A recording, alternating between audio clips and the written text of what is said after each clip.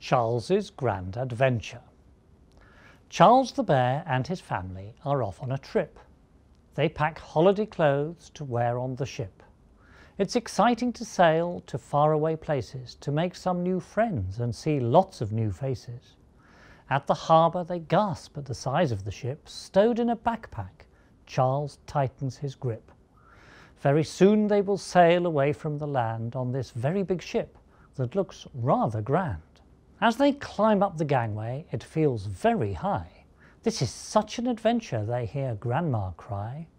On board it looks magical, thinks Charles in his head, as they meet the smart bellboys, all dressed in red. A loud noise sounds, the mighty whistle blows. It's time to set sail, and off the ship goes. On the way to their room, as they start to explore, Charles falls back from the backpack and lands on the floor. The family don't notice. They carry on walking. They're looking ahead. As usual, they're talking. A nice man with a smile picks him up straight away. He peers at Charles and says, "You'll be okay." The man with a smile has a radio transmitter. He calls out to the crew, "I need a bear sitter." The crew are on standby. They know what to do to care for Charles after what he's been through. Paul from the play zone can bear sit first. He gets Charles a drink to quench his thirst. There are arts and crafts and games to play, enough toys and activities to fill a whole day. Paul goes off duty. He's needed elsewhere, so a new friend is found to look after the bear. It's Lucille from the library. She chooses a book and reads Charles a story in a quiet, cosy nook. At the end of the story, Lucille has to go. She hands Charles over to the star of a show. He is so full of energy, he jitters and flitters. He can't wait to meet the other bear sitters.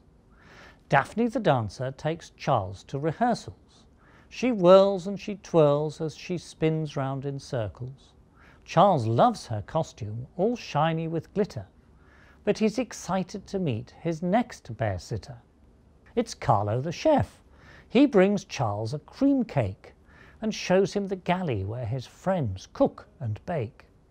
There are platters of seafood and big plates of meat and puddings and cheese that smells of old feet. Charles watches the chef prepare afternoon tea, and he dreams about who his next sitter will be. Oh, wow! It's the captain who comes to take charge.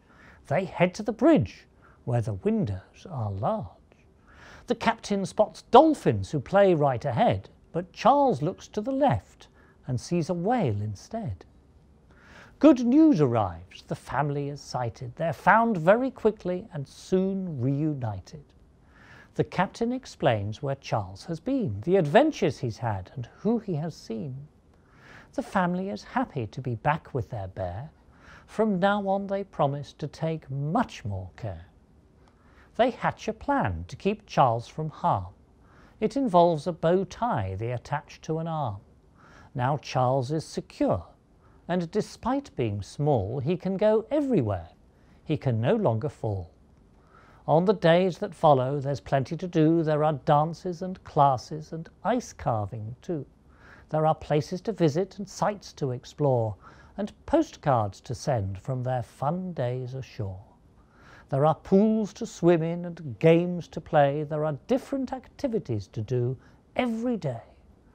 All too soon the voyage has come to an end. As the family leave, Charles spots an old friend. It's the nice man with a smile, but who else can he spy? It's his bear-sitter friends. They're all waving goodbye. And as they leave the harbour, the family agree it was a grand adventure that Charles had at sea.